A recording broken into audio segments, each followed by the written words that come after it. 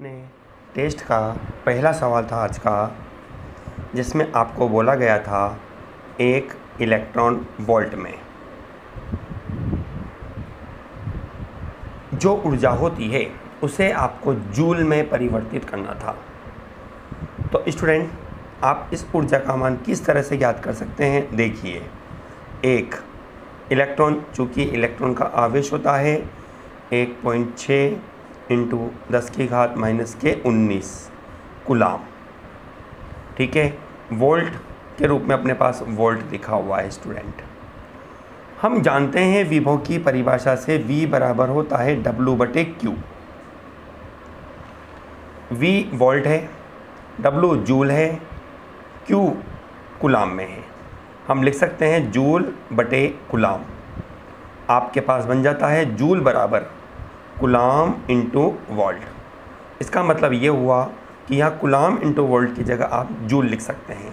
इसलिए हमारे पास बनेगा एक इलेक्ट्रॉन वोल्ट बराबर होगा 1.6 × 10⁻⁻19 जूल।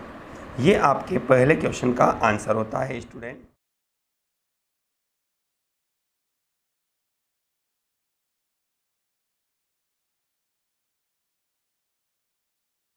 क्वेश्चन नंबर 2 अपने पास है, स्थायी संतुलन की अवस्था में द्विध्रुव की स्थितिज ऊर्जा का मान कितना होता है? देखिए, आपको बताया था टॉपिक में, यह आपके पास एक समान विद्युत क्षेत्र है। यह हम जानते हैं, इस एक समान विद्युत क्षेत्र में विद्युत क्षेत्र रेखाओं की दिशा धन से ऋण की ओर होती है। आपको सवाल में बोला गया है स्थायी संतुलन की अवस्था, तो माना ये द्विध्रुव है हमारे पास, ये द्विध्रुव है। अब मुझे इसको संतुलित रखना है, तो मैं चाहूँगा कि धनात्मक आवेश के नज़दीक ऋणात्मक आवेश रहे और पॉजिटिव जो आवेश है इसका द्विध्रुव का, वो ऋणात्मक आवेश के नज़दीक रहे। इस तरह से ये निकाय क्या होगा? संतुलन की अवस्था में माना जाएगा। ऐसी स्थिति में यहाँ आपके पास थीटा = 0 डिग्री होता है, जिससे u बराबर आपके पास बनेगा -Pe cos थीटा के रूप में। cos 0 डिग्री बराबर होता है 1, इसलिए u बराबर आपको मिलेगा -Pe। यह आपके पास क्वेश्चन नंबर 2 का आंसर बनता है, जिसमें आपको बोला गया है स्थायी संतुलन की अवस्था में द्विध्रुव की स्थितिज ऊर्जा का मान u बराबर -Pe होगा। यह वैल्यू मिनिमम होगी, लेकिन यह संतुलन की अवस्था कहलाती है।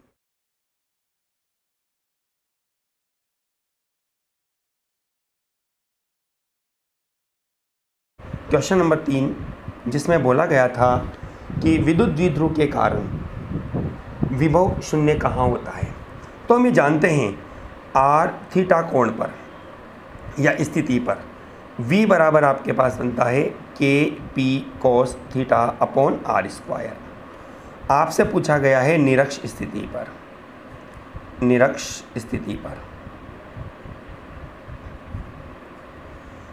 स्थिति के लिए थीटा बराबर होता है 90 डिग्री, और हम जानते हैं cos 90 डिग्री बराबर होता है 0, इसलिए v बराबर होगा 0। स्टूडेंट, यहाँ एक सवाल और यूँ भी बोला जा सकता था कि वह स्थिति बताइए द्विध्रुव के लिए जहाँ विद्युत क्षेत्र तो शून्य नहीं होता, लेकिन विद्युत विभव शून्य होता है। तो भी आपके पास इसका आंसर बनता विद्युत द्विध्रुव की निरक्ष रेखा पर विद्युत विभव तो शून्य होगा, लेकिन विद्युत क्षेत्र का मान कभी शून्य नहीं होता।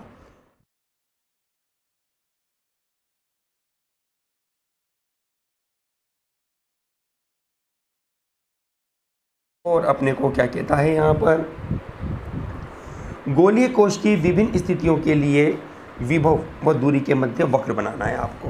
देखिए, हम जानते हैं v गोलीय कोश के लिए बाहर बराबर होता है KQ/r²।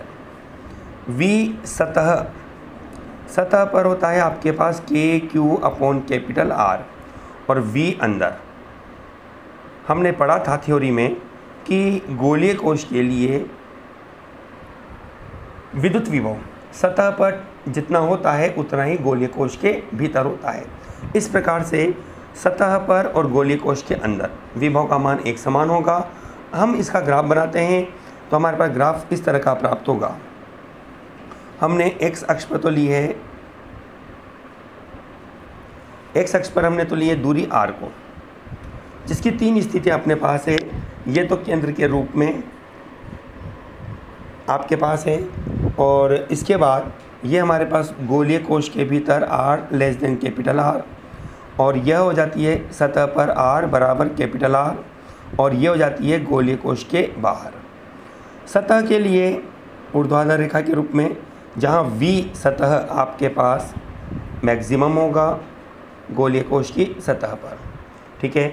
बाहर यहाँ r स्क्वायर नहीं होता है, r होता है स्टूडेंट, आपके पास यहाँ विभव दूरी के व्युत्क्रमानुपाती होता है। तो यह ग्राफ आपके पास अति परवलयकार बनेगा, V बाहर प्रोपोर्शनल 1/r। अब जैसे जैसे आप सतह की ओर आते हो विभव के मान में वृद्धि होती है और सतह पर आकर ये एक समान हो जाता है। अब आप यदि गोलीय कोश के भीतर जाते हैं तो यह विभव आपके पास अपरिवर्तित रहता है। हम कह सकते हैं यहाँ पर V नियत रहेगा, और V बराबर कितना रहेगा, KQ/R रहेगा। देखिए स्टूडेंट, यदि आप इस तरह के एरो नहीं बनाते हो, अक्ष को नहीं लिखते हो, कौन सी अक्ष पर आपने क्या माना है, तो आपके यहाँ इस ग्राफ में नंबर कट सकते हैं स्टूडेंट।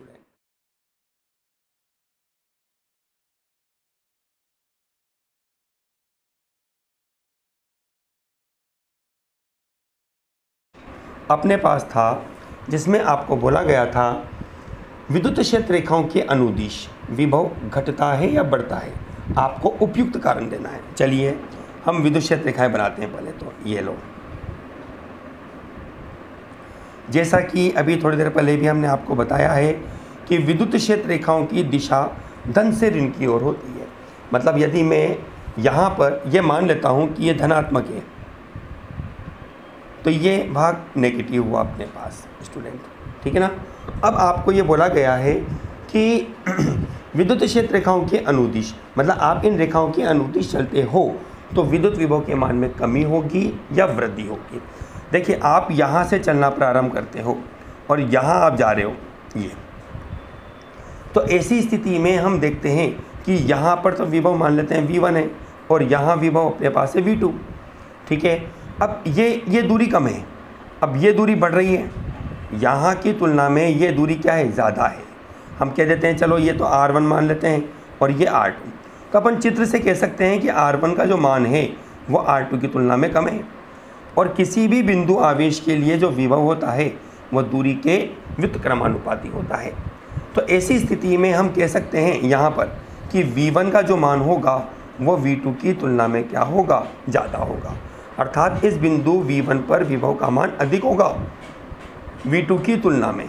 अब जैसे जैसे हम इधर जा रहे हैं, इसका मतलब क्या हुआ, जैसे जैसे हम V2 की ओर जा रहे हैं तो विभव के मान में क्या होगी, कमी होती चली जाती है। ठीक है स्टूडेंट, बात समझाई। आप सीधा सा याद रखिए कि प्लेट के समीप विभव का मान अधिक होता है, जैसे जैसे दूरी बढ़ती चली जाती है विभव के मान में कमी होती चली जाती है, क्योंकि विभव दूरी के व्युत्क्रमानुपाती होता है।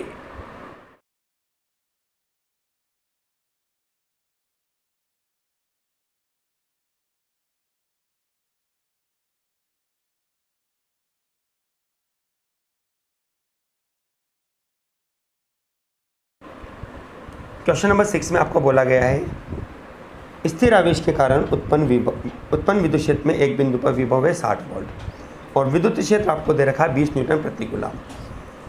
ये स्थिर आवेश हमने मान लिया, जिससे r दूरी पर E और V का मान आपको दे रखा है।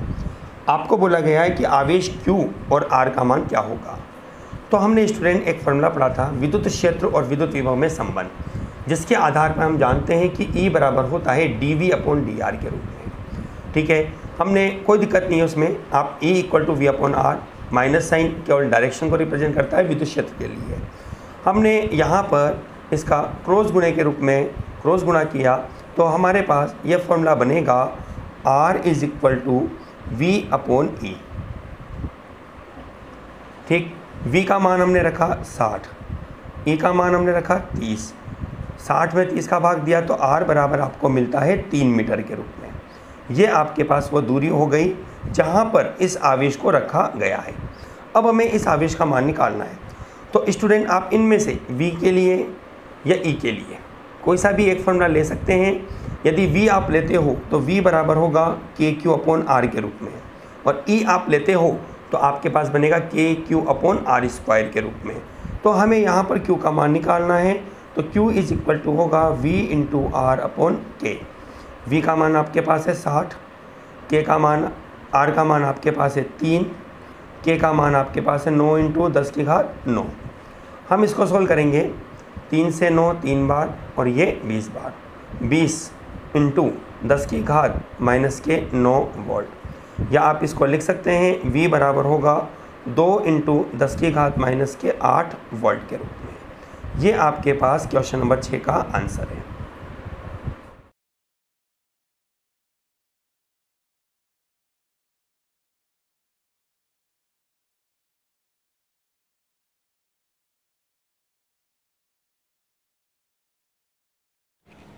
हमने ये माना कि हमारे पास यह एक समान विद्युत क्षेत्र है।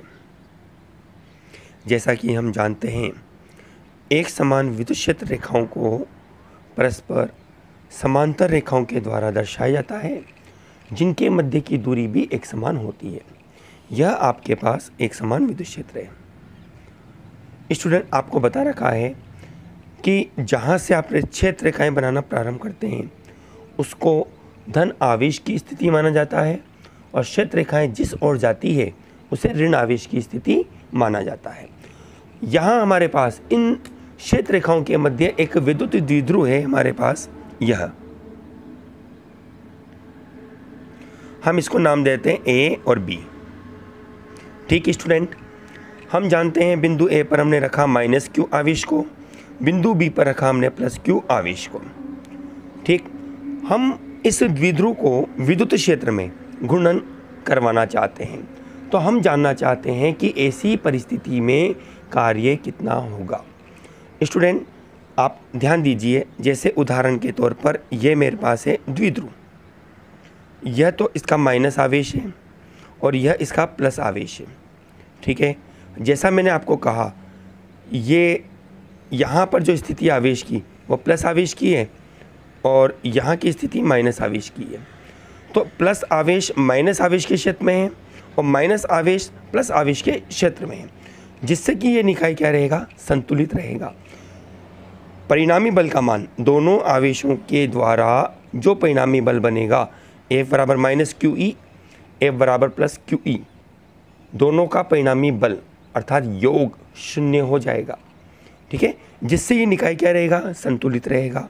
ठीक, अब मैं यदि इसको गुणन करवा देता हूँ, ये मैंने इसको गुणन करवा दिया किसी कोण थीटा से, तो हमें देखते हैं कि ये बैलेंस, ये दोनों बल मिलकर, कौन सा, -QE पर और +QE, ये दोनों बल मिलकर एक बल युग्म का निर्माण करते हैं।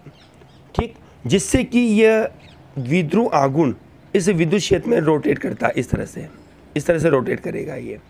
ठीक है, आपको ये बताना है कि आपने जब इस द्विध्रुव को इस साम्य अवस्था से किसी कोण थीटा पर घुमाया तो आपके द्वारा कितना कार्य किया गया, वो कार्य आपको ज्ञात करना है।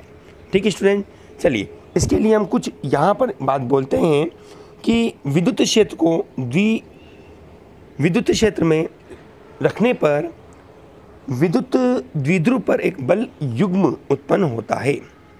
हमने लिखा यहाँ पे विद्युत द्विध्रुव को विद्युत क्षेत्र में रखने पर एक बल युग्म उत्पन्न होता है। बल युग्म का मतलब आपके पास है कि इस पर लगने वाला बल और इस पर लगने वाला बल। इस पर लगने वाला बल होगा F बराबर -QE और प्लस क्यू आवेश पर लगने वाला बल होगा F बराबर प्लस क्यू ई। ठीक है, तो हम ये देखना चाहते हैं कि इसे क्षेत्र की दिशा में संरेखित हमने कर दिया।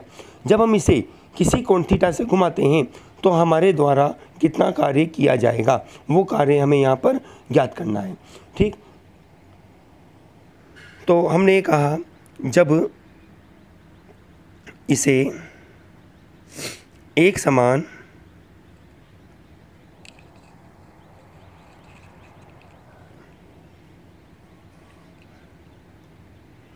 विद्युत क्षेत्र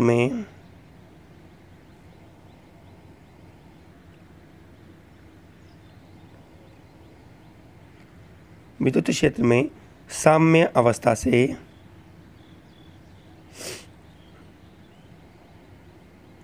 घुमाने में कार्य किया जाता है। ठीक है, तो हमें देखना चाहते हैं कि ऐसी परिस्थिति में कार्य कितना होगा। कार्य की परिभाषा के अनुसार हम जानते हैं कि कार्य बराबर होता है बल इंटू विस्थापन। अब यहाँ आप द्विध्रुव को घूर्णन करवा रहे हैं, इसलिए आपके पास विस्थापन की जगह कोणीय विस्थापन वर्ड आएगा। ठीक है स्टूडेंट, चलिए हम ये कहते हैं अब हमारी प्रोसेस जो स्टार्ट होती है, माना एक विद्युत द्विध्रुव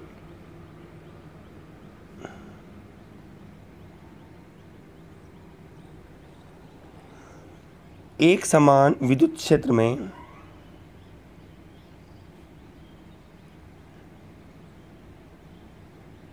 ई में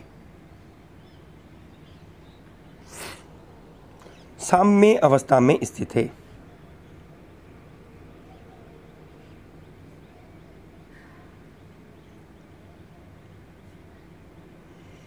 ठीक है, जब द्विध्रुव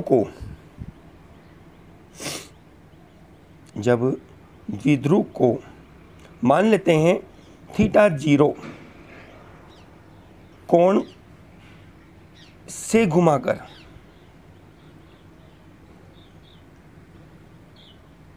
एक नई स्थिति अपन बना देते हैं चित्र में, यह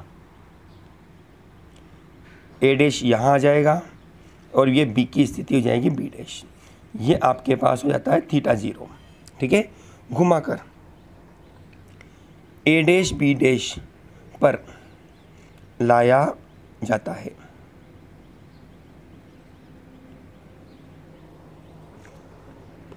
तो बल आघूर्ण हमने लेसन नंबर 1 में पढ़ रखा है। द्विध्रुव को विद्युत क्षेत्र में रखने पर उस पर बल और बल आघूर्ण, बल का मान 0 होता है और बल जब थीटा कोण से घुमा दिया जाता है तो ये दोनों बल मिलकर एक बल आघूर्ण का निर्माण करते हैं, जिसका मान हमने पढ़ा था टो बराबर होता है P E sine theta. Equation number 1। ठीक है स्टूडेंट, अब देखिए हम ये कहते हैं कि यदि हम मान लेते हैं कि इसको अल्प कार्य के रूप में, ये अल्प कार्य हमने किया डी थीटा के रूप में, डी थीटा, तो ऐसी परिस्थिति में किया गया कार्य हम यहाँ लिख देते हैं, यदि अल्प कोणीय विस्थापन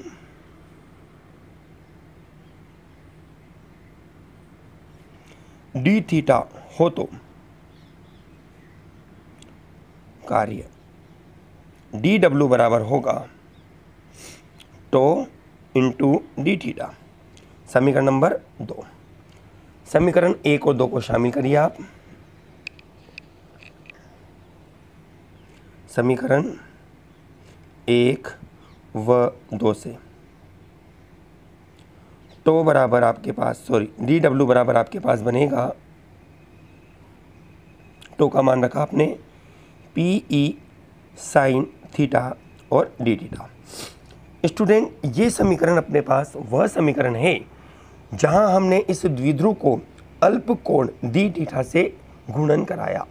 ठीक है, हम जानना चाहते हैं कि इस द्विध्रुव को साम्य अवस्था 0 से जब थीटा 0 तक घुमाया जाता है तो ऐसी परिस्थिति में किया गया कार्य कितना होगा, वो कार्य अपने को यहाँ पर ज्ञात करना है। ठीक है, तो हमने कहा इस प्रकार थीटा बराबर 0 डिग्री से थीटा बराबर थीटा 0 के मध्य कुल कार्य आपके पास बन जाएगा समाकलन डी डब्ल्यू बराबर समाकलन P E sine theta D theta.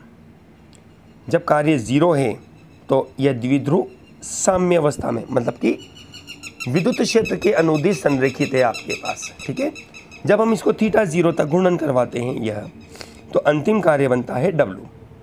हमने समाकलन किया डी डब्लू का समाकलन डब्लू बराबर पी ई, समाकलन करना है साइन थीटा का। साइन थीटा का समाकलन आपके पास होता है माइनस के कोस थीटा, 0 डिग्री से थीटा 0। ठीक है, अब हम इसमें लिमिट रखेंगे, डब्लू बराबर माइनस को बाहर ले लो आप, पहले उच्च सीमा cos theta 0 minus cos 0 degree. ठीक है, हमने इसमें से माइनस कॉमन निकाल दिया, जिससे ये माइनस हट जाएगा और पी ई आपके पास रह जाएगा। जैसे आपने माइनस बाहर निकाला तो कोस 0 पहले लिखा जाएगा, जिसकी वैल्यू होती है 1 माइनस कोस थीटा 0। इस प्रकार से आपको इस द्विध्रुव को एक समान विद्युत क्षेत्र में घुमाने में किया गया कार्य प्राप्त होता है। W बराबर P E 1 minus cos theta 0, ये कार्य आ गया आपके पास। ठीक है स्टूडेंट, समीकरण नंबर 4। अब इसकी हमारे पास विशेष स्थितियां हैं जिसको हम स्पेशल केस लिखते हैं, special cases. Point number 1, point number 1 के रूप में हमने ये कहा यदि द्विध्रुव को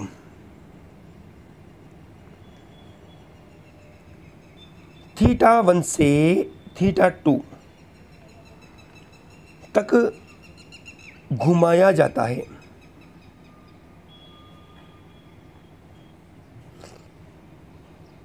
तो कार्य, अब हमारे पास देखो थीटा 1 मतलब कोई ऐसी पर्टिकुलर स्थिति नहीं है, अभी हमने 0 माना था और थीटा 0 सेकंड कंडीशन मानी थी, तो फर्स्ट कंडीशन है थीटा 1 और सेकंड कंडीशन हो जाती है थीटा 2। तो ऐसी परिस्थिति में W बराबर आपको मिलेगा पी ई 0 की जगह आप रखेंगे थीटा 1 और थीटा 0 की जगह रखोगे थीटा 2। तो इस फॉर्मूले के अनुसार अपने पास बनेगा cos theta 1 minus cos theta 2। ये हमारे पास किया गया कार्य आ गया। केस नंबर 2,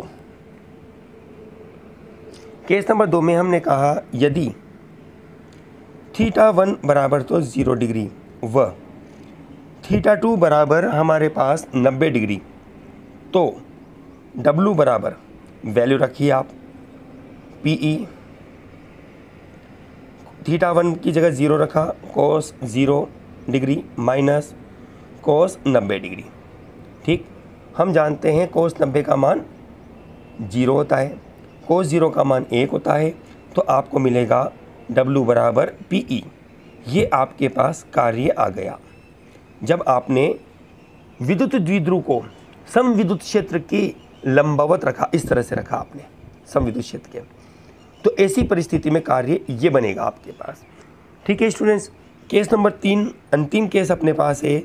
यदि हम ये कहते हैं कि थीटा 1 बराबर तो है 0 डिग्री व थीटा 2 बराबर है 180 डिग्री, तो W बराबर पी ई कोस 0 degree minus cos 180 degree, W बराबर पी ई कोस 0 का मान 1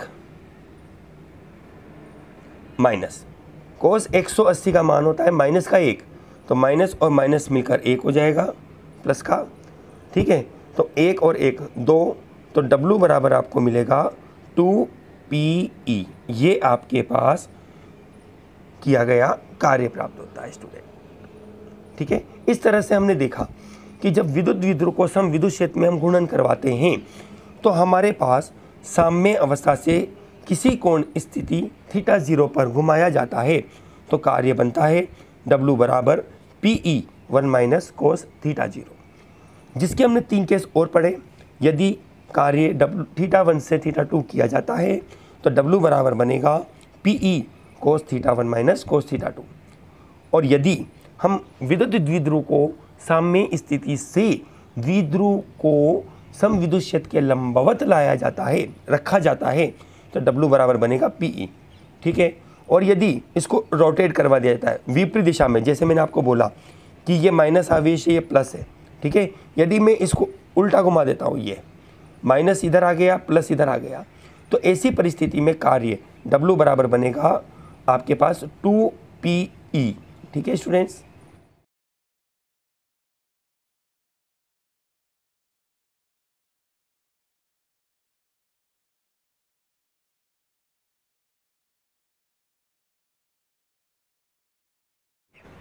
जैसा कि हमने पहले पढ़ा है कि विद्युत द्विध्रुव है क्या। हम जानते हैं कि विद्युत द्विध्रुव में 2 आवेश होते हैं जो परिमाण में समान होते हैं लेकिन प्रकृति में विपरीत होते हैं। तो यहाँ हमने एक ऐसे ही निकाय की कल्पना करी। यह हमारे पास विद्युत द्विध्रुव है। हमने यहाँ पर +Q आवेश को बिंदु A पर और बिंदु B पर -Q आवेश को माना, ठीक है स्टूडेंट। अब हमें यहाँ पर कोई पर्टिकुलर स्थिति इसने नहीं दी है, तो हम ये मान लेते हैं कि ये इस द्विध्रुव का मध्य बिंदु O है, जिससे r दूरी पर यह कोई बिंदु P है। देखिए, इस बिंदु P की स्थिति को न तो अक्षीय स्थिति माना है और न ही निरक्ष, ठीक है। यदि ये बिंदु P इस द्विध्रुव की रेखा पर स्थित होता तो ये अक्षीय स्थिति होती, ठीक। और यदि ये बिंदु P इस मध्य बिंदु O के लंबवत खींची गई रेखा, ये 90 डिग्री का कोण बनाती हुई रेखा पर स्थित होता तो ये निरक्ष स्थिति कहलाती। लेकिन यहाँ हमारे पास ऐसी कोई स्थिति नहीं है। हमारे पास सवाल में हमने ये ज़रूर कहा है कि इस द्विध्रुव से OP जो रेखा है यह थीटा कोण पर स्थित है, यह, ठीक है। अब थीटा 0 होता तो अक्षीय स्थिति, थीटा 90 होता तो निरक्ष स्थिति यह कहलाती, ठीक है स्टूडेंट।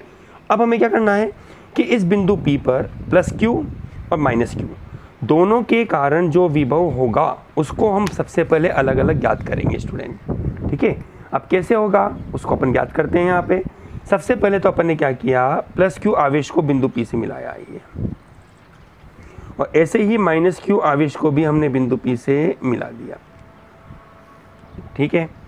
अब दोनों के लिए हम अलग अलग विभव निकाल लेते हैं। सबसे पहले तो कहा +Q आवेश के कारण विभव, विद्युत विभव, हम मान लेते हैं ये V1 है। इसको लिखा जा सकता है KQ प्लस का है यह AP, ठीक है। हमने ये माना बिंदु A की बिंदु P से दूरी है R1 और बिंदु B की P से दूरी है अपने पास R2 के रूप में, ठीक है स्टूडेंट। इसके आधार पर हम इसको थोड़ा इस तरह से भी लिख सकते हैं स्टूडेंट यहाँ पर कि V1 बराबर आपको मिलेगा KQ upon R1। Equation number 1 आपके पास हो जाएगी ये, ठीक। अब ये तो आपने निकाला +Q आवेश के लिए।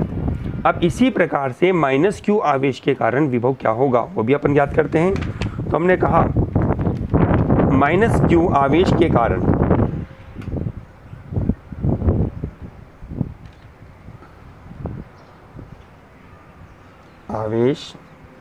के कारण विद्युत विभव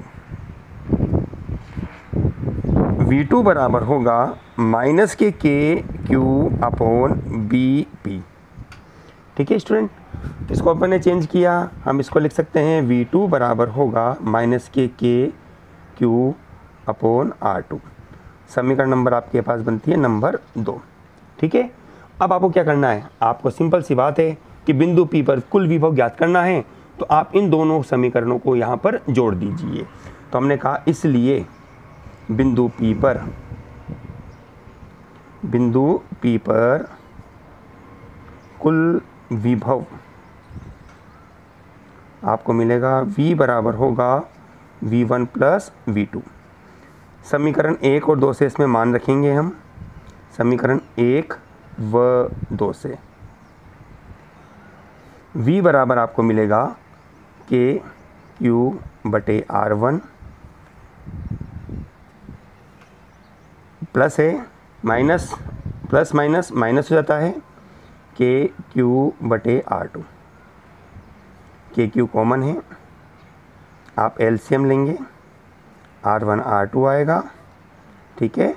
इसके एलसीएम के लिए यहाँ बनता है R2 minus R1, equation number 3। ठीक है स्टूडेंट, अब देखिए हमारा आंसर तो वैसे सॉल्व हो गया, लेकिन समस्या क्या है अपने पास? समस्या ये है साहब यहाँ पर अपने पास कि इस विद्युत द्विध्रुव आघूर्ण के कारण R1 और R2 दूरियां ऐसी थी जो आपने स्वेच्छा से मानी है। तो सबसे पहले आपका वर्क होगा कि यहाँ से R1 और R2 को हटाकर आप जो पर्टिकुलर स्थिति है R उसमें इस समीकरण को बनाएं। तो इसके लिए हमने क्या किया, वापस आते हैं अपन डायग्राम पर। हमने इस OP रेखा को कुछ आगे बढ़ाया, ये ठीक है। अब इस OP रेखा से जब हमने आगे बढ़ाया तो हमने इस रेखा पर दो लंब डाले, एक तो बिंदु A से। अब आपको पता है लंब डालते हैं तो ये एंगल 90 डिग्री का होगा, इसको अपन नाम दे देते हैं L बिंदु, ठीक है। ऐसे ही B बिंदु से हमने एक लंब डाला, इसको नाम दे देते हैं M, ये हो जाता है 90 डिग्री, ठीक है। हम जानते हैं ये कोण थीटा, तो इसके सम्मुख कोण भी थीटा बनेगा, ठीक।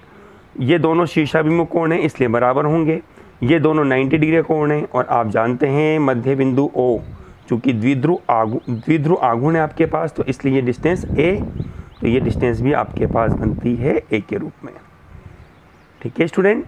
अब हम इस चित्र की सहायता से R1 और R2 का मान यहाँ पर ज्ञात करेंगे।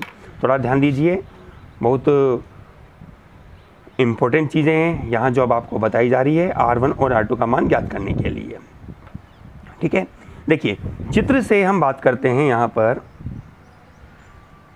चित्र से कंडीशन के आधार पर अपने पास बनती है यहाँ चीज़ कि भाई R1 आप देखते हो AP दूरी है, ठीक है। इसको हम R में चेंज करना चाहते हैं और आपके पास मध्य बिंदु O है, ये है। तो ऐसी स्थिति में हम इसको लिख सकते हैं कि यदि आपने जब लंब डाला AL, हमने ये कहा AL लंब है OP रेखा पर, ठीक है। हमने ये कहा AL लंब है किस पर? OP रेखा पर। तो आपके द्वारा ये लिखा जा सकता है चित्र से ये कंडीशन R1 A, ठीक, और आपके पास बनती है OP रेखा के रूप में। तो हम ये लिख सकते हैं यहाँ पर इसको इस तरह से कि AP लगभग बराबर होगी आपके पास किसके? भाई AP आपके पास ये डिस्टेंस है, ठीक है। अब AP को बराबर बनाना है तो आपको क्या करेंगे, इस कुल दूरी में से OP दूरी में से OL दूरी को घटा दो, तो आपके पास क्या आ जाएगा? AP की वैल्यू आ जाएगी। तो हम इसको लिख सकते हैं यहाँ पर AP बराबर होगी अपने पास OP माइनस OL, ठीक है। अब AP की वैल्यू आपको पता है R1 है, लगभग बराबर है OP आपके पास है R माइनस OL। अब हमें क्या करना है, चित्र से OL का मान निकालना है। तो आ जाइए दोबारा से त्रिभुज OAOL पर, अपने को इस OL का मान निकालना है, ये वाला। तो आप जानते हैं OL आधार है, क्योंकि कोण के सामने वाली भुजा लंब, 90 डिग्री के सामने वाली भुजा कर्ण। ऐसा त्रिकोणमितीय फलन जिसमें आधार और कर्ण आता है कोस थीटा होता है। तो हम यहाँ कहते हैं अपने पास त्रिभुज AOL में अपन लिख सकते हैं यहाँ पर कोस थीटा बराबर होगा OL अपॉन OA। OL की वैल्यू आपको ज्ञात करनी है, OA की वैल्यू स्मॉल a है। तो अपन इसको लिख सकते हैं OL बराबर होगा A cos थीटा, ठीक है। इसलिए हमारे पास आएगा R1 बराबर होगा R minus A cos theta. Equation number आती है नंबर 4, ठीक है। अब इसी प्रकार से ये तो R1 का मान निकाल लिया, अब R2 का मान निकालते हैं। R2 के लिए भी दोबारा हम आते हैं, हमने बीपी लंब डाला, बीएम लंब डाला ओपी रेखा को आगे बढ़ाते हुए। तो दोबारा से हमने ये कहा, यहाँ पर भी वही घटना सेम रिपीट के रूप में, बीएम लंब है ओपी रेखा पर। ठीक है, तो हम ये कह सकते हैं, अब देखो ये रेखा आपके पास आगे आ गई, ओपी रेखा से ज़्यादा है, तो हम इसको यूँ लिखेंगे, तो आपके पास बनता है पीएम बराबर है, ये पीएम डिस्टेंस आपके पास, पीएम यहाँ से यहाँ तक की डिस्टेंस जो कि लगभग R2 के बराबर है आपके पास। तो आप लिख सकते हैं पीएम बराबर होगी OM plus OP, OM plus OP। तो अपने पास क्या बनेगा student, PM equal to OP plus OM। ठीक है, तो PM लगभग R2 अपने पास है, OP की वैल्यू R है प्लस OM, OM का मान अपन चित्र से निकालेंगे। अब इसके लिए त्रिभुज उपयोग में लिया जाएगा BOM।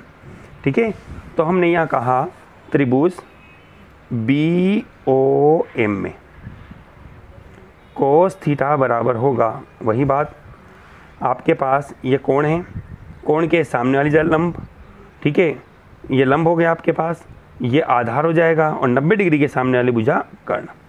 ठीक, तो अपने पास बनता है यहाँ पर OM upon OB, OM upon A। तो OM इक्वल टू आपको मिलेगा A कोस थीटा। ठीक है, तो अपने पास बनेगा, इसलिए R2 बराबर होगा R plus A cos theta. ठीक, समीकरण नंबर 5। इस तरह से हमने चित्र की सहायता से R1 और R2 दोनों का मान ज्ञात कर लिया। अब हम क्या करेंगे, इसे समीकरण नंबर 3 में, जो कि आपके पास यह बनती है, इसमें R1 और R2 का मान समीकरण 4 और 5 की सहायता से रखा जाएगा। देखिए इधर आप स्टूडेंट, अब समीकरण 3, 4 व 5 से क्या बनेगा आपके पास, V बराबर होगा KQ, R2 आपके पास है R plus A cos theta minus R, minus आ गया, माइनस इसके पास ऑलरेडी होगा, तो हमने माइनस है ना इसके पास ये, तो माइनस साइन बाहर होने की वजह से ये प्लस हो जाएगा, प्लस A कोस थीटा बटे R1 और R2 इन दोनों को गुणा करते हुए लिखना है। तो ये फॉर्मूला बनता है आपके पास student R minus A, R plus A, जिसको आप लिख सकते हैं R square minus A square cos square theta. ठीक है स्टूडेंट, हम इसको थोड़ा और सॉल्व करेंगे। हम ये देखते हैं यहाँ पर कि माइनस R और प्लस R कैंसिल हो जाता है आपके पास, तो आपके पास बनेगा यह KQ into 2A cos theta बटे R square minus A square cos square theta. ठीक है स्टूडेंट, जैसा कि हम जानते हैं यहाँ R वह दूरी है जहाँ आपको विद्युत विभव का मान ज्ञात करना है। ठीक है, और A द्विध्रुव आघूर्ण के मध्य बिंदु O से आवेश की दूरी है। ठीक, जो कि हम जानते हैं अति अल्प होती है। तो ऐसी स्थिति में हम जानते हैं, यहाँ लिख सकते हैं, चूंकि R का मान जो होता है वो A से बड़ा होता है, तो हम यही भी कहेंगे कि R square is also greater than 2A square cos square theta. अर्थात यदि R A से बड़ा है तो R स्क्वायर का जो मान है वो क्या होगा, A कोश से भी बड़ा होगा। तो हमने क्या किया, A square cos square theta को हमने नगण्य लिया, नगण्य लेने पर अपने पास बनेगा यह V equal to KQ into 2A cos theta बटे R स्क्वायर। ठीक है स्टूडेंट्स, ये अपना फॉर्मूला आता है। हम इसको और स्टैंडर्ड रूप में चेंज करेंगे, चूँकि हम जानते हैं P बराबर होता है Q इंटू 2A, इसलिए अपने पास बनेगा V बराबर होगा KP cos theta upon R square ये अपने पास एक फिक्स आंसर आ गया कंडीशन के रूप में, जो आपको ज्ञात करना था। ठीक है स्टूडेंट, यहाँ आप कुछ बातों का ध्यान दीजिए। हमारे पास जो आंसर आया है वह एक ऐसी स्थिति के लिए है जहाँ बिंदु P द्विध्रुव के साथ थीटा कोण पर स्थित है। ठीक है स्टूडेंट, तो अब कुछ कंडीशन अपने पास बनती है यहाँ पर, जिसको अपन केस के रूप में लिख सकते हैं। यहाँ पर केस फर्स्ट,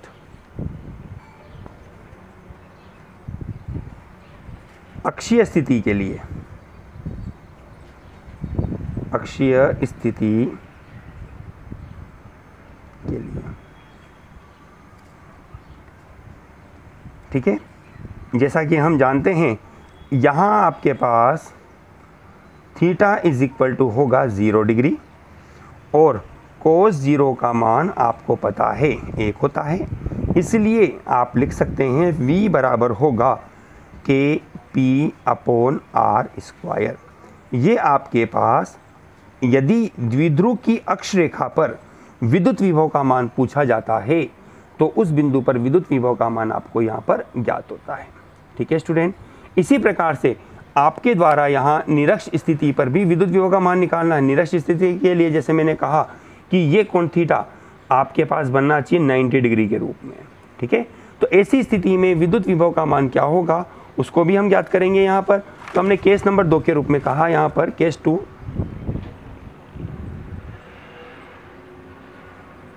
केस नंबर 2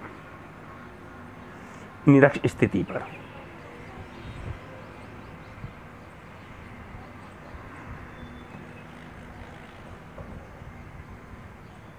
ठीक है स्टूडेंट, अब इस निरक्ष स्थिति के लिए हमें विद्युत विभव का मान निकालना है।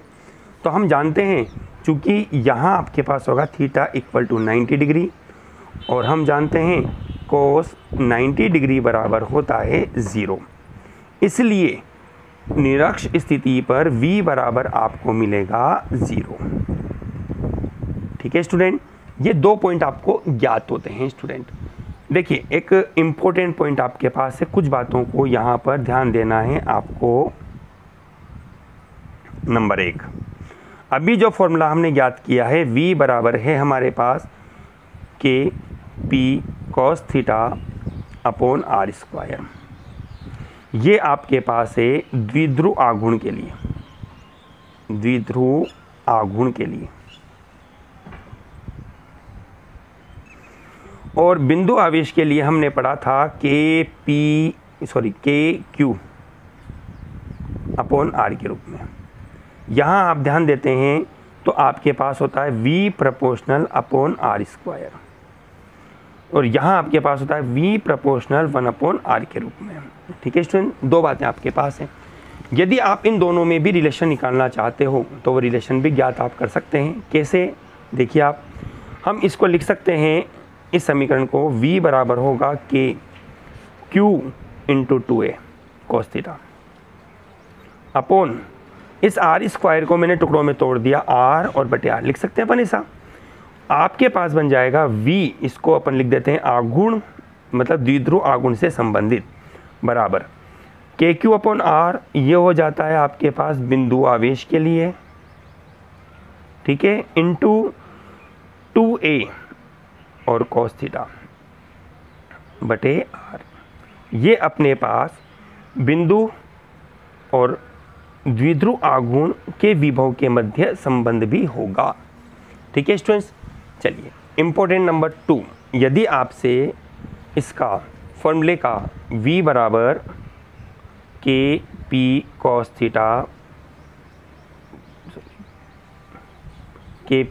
θ अपॉन r², जो कि हमारे पास विद्युत विभव का फॉर्मूला बनता है, यदि आपसे इसका सदिश रूप पूछा जाता है तो आप इसका सदिश रूप भी लिख सकते हैं। कैसे लिखेंगे, देखिए हम ये जानते हैं चूंकि आपके पास P तथा R के मध्य कोण थीटा है। ठीक है स्टूडेंट्स, तो हम इसको इस तरह से लिख सकते हैं, यहाँ पर P सदिश डॉट R सदिश बराबर होगा, आपके द्वारा लिखा जाएगा PR cos θ। ठीक है, अब इस फॉर्मूले को हमें इस रूप में चेंज करना है। तो इस फॉर्मूले में इस रूप को चेंज करने के लिए हमने इसके अंश में और हर में r का गुणा भाग कर दिया। तो अपने पास बन जाएगा v बराबर होगा k p r cos theta बटे r स्क्वायर, ये r इसका आ गया और अपने इसके अंश में और हर में r का गुणा भाग किया इस तरह से। ठीक है, अब आपके पास मिलता है पी आर कोस थीटा, आप इसकी जगह लिख सकते हो p डॉट r सदिश। तो v बराबर आपको मिलेगा यहाँ पर v बराबर k p सदिश डॉट r सदिश अपॉन r क्यूब। ये अपने पास इसका सदिश रूप आता है स्टूडेंट। ठीक है ना, आप इस फॉर्मूले को याद रखिएगा, क्योंकि कई बार वह एक नंबर में ये सवाल भी दे देता है कि विद्युत विभव के लिए आघूर्ण का सदिश रूप लिखिए, तो आपके पास ये आंसर बनता है।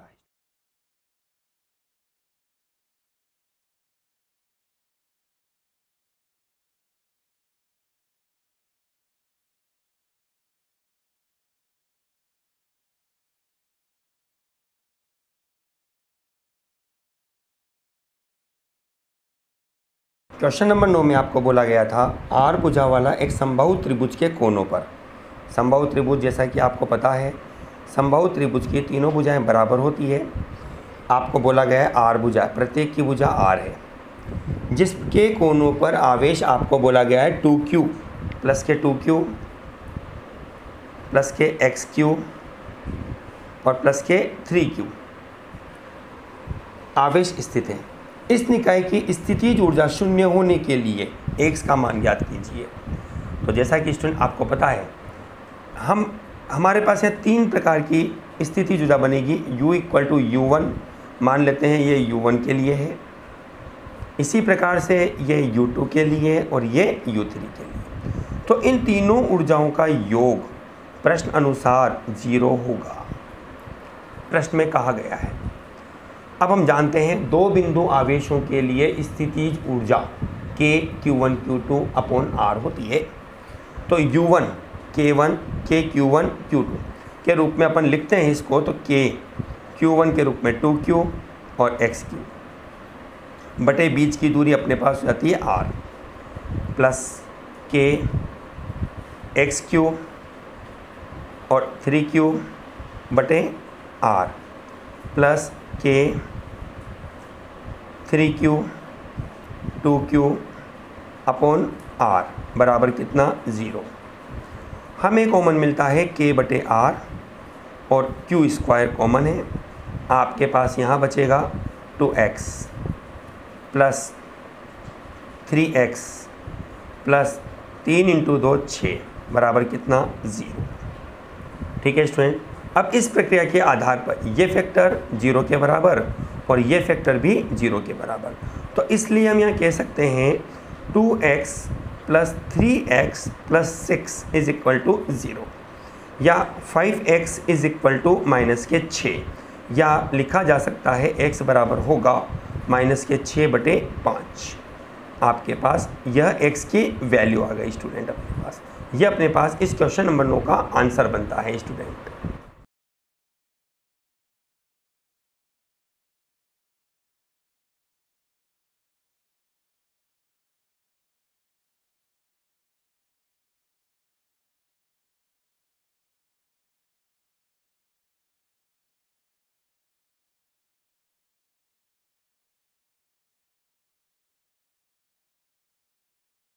क्वेश्चन नंबर 10 अपने पास है। आपको बोला गया है किसी समबाहु त्रिभुज की भुजा, समबाहु त्रिभुज आपके पास है, प्रत्येक भुजा की लंबाई आपको दे रखी है 1 मीटर, जिसके कोनों पर 3 माइक्रोकुलाम 2 माइक्रोकुलाम और 1 माइक्रोकुलाम का आवेश रखा गया है। आपको ये बताना है कि इसके केंद्र पर विभव कितना होगा। केंद्र पर विभव, त्रिभुज के केंद्र पर यह और यह, आपको इस O बिंदु पर विभव का मान निकालना है। तो हम इस बात को जानते हैं, हमने पढ़ रखा है, आपको बता रखा है कि OA बराबर ओ बी बराबर ओ सी बराबर आपके पास बनता है भुजा बटे √3।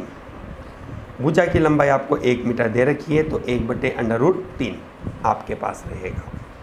ठीक है, इस प्रकार से बिंदु O पर विभव बनेगा V बराबर V1 plus V2 plus V3। हम इसमें वैल्यू रखेंगे कि Q1, इसको Q1 नाम दे देते हैं, इसको Q2, इसको Q3।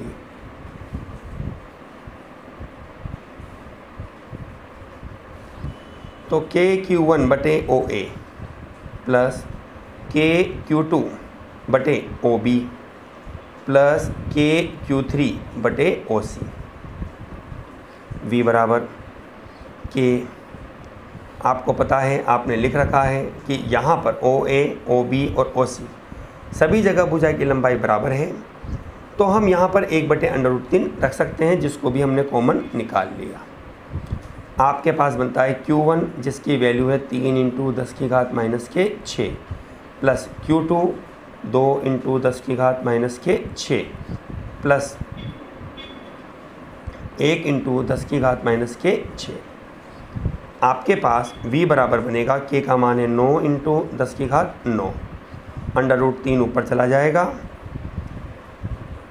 10⁻⁻6 को भी हम बाहर निकाल लेंगे, 3 प्लस 2 प्लस 1, और ये आपके पास 10⁻⁻6 कॉमन के रूप में बाहर।